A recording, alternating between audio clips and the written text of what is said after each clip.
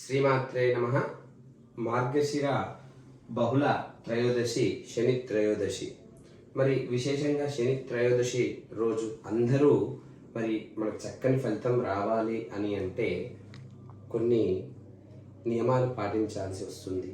చక్కగా నల్ల నువ్వులు, అలాగే ఒక కొబ్బరికాయ, కొన్ని పువ్వులు, ఫలాలు, నువ్వుల నూనె తీసుకొని చక్కగా ఆ నవగ్రహాల చుట్టూ 19 సార్లు ప్రదక్షిణ చేయాలి.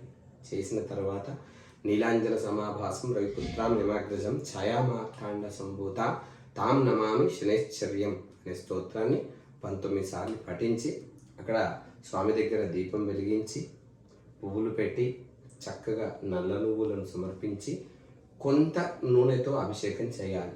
లీటర్ తెచ్చామని వేశారనుకోండి, తర్వాత భక్తులకు ఇబ్బంది అవుతుంది. కాబట్టి కొంత వేసి అభిషేకం చేసి మిగతాది జ్యోతి ప్రజ్వలనకు గుళ్ళో అయ్యగారికి ఇవ్వాలి.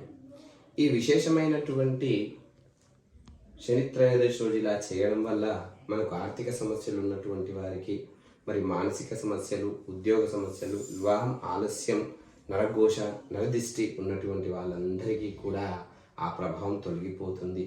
మాకు మరి అర్ధాష్టమ శని, అష్టమ శని, మరి ఏళ్ళనాటి శని లేకున్నా పర్వాలేదు, ప్రతి ఒక్కరూ కూడా వెళ్ళి చేసి ఆ శనీశ్వరుని యొక్క అనుగ్రహాన్ని పొందగలరు. శ్రీమాత్రే నమః.